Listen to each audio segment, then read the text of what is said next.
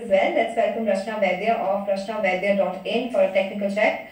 Rachna, good afternoon. Thank you so much for joining in. Well, what are the markets contemplating now? Do you think there could be a further pressure from here on and it could be not that great a Friday for the bulls?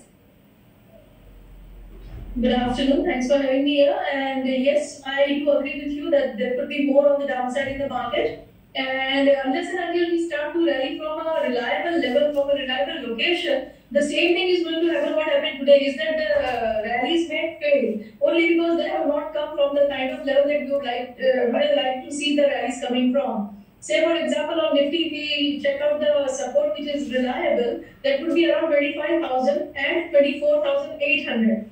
And not before that. So there is much more downside according to me on the indices from here on, and only after that a reliable level will come from where the rallies could come, which could see sustenance and follow through. Okay, Rachna, any individual picks for the day?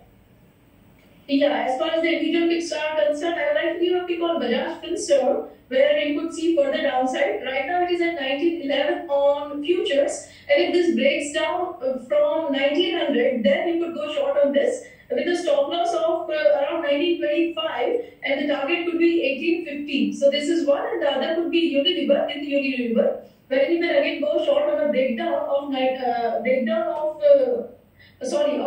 failure of a rally of 2870. There is a probability that we could again see a rally in the market in the coming days, and if the stock goes to 2870, that is where you could go again short with a stop loss of 2910, and then your downside target could be 2750. So the only difference is that in the previous days you could be selling anywhere and you were making money. Now you have to be a little cautious and sell on rallies and breakdowns so that your risk reward ratio is better, and then you make money on the downside.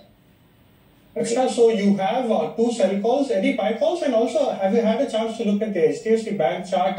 Lot of news flow coming in today, but it has sold off quite significantly from the day high. So anything on the buy side and your view on HDFC Bank?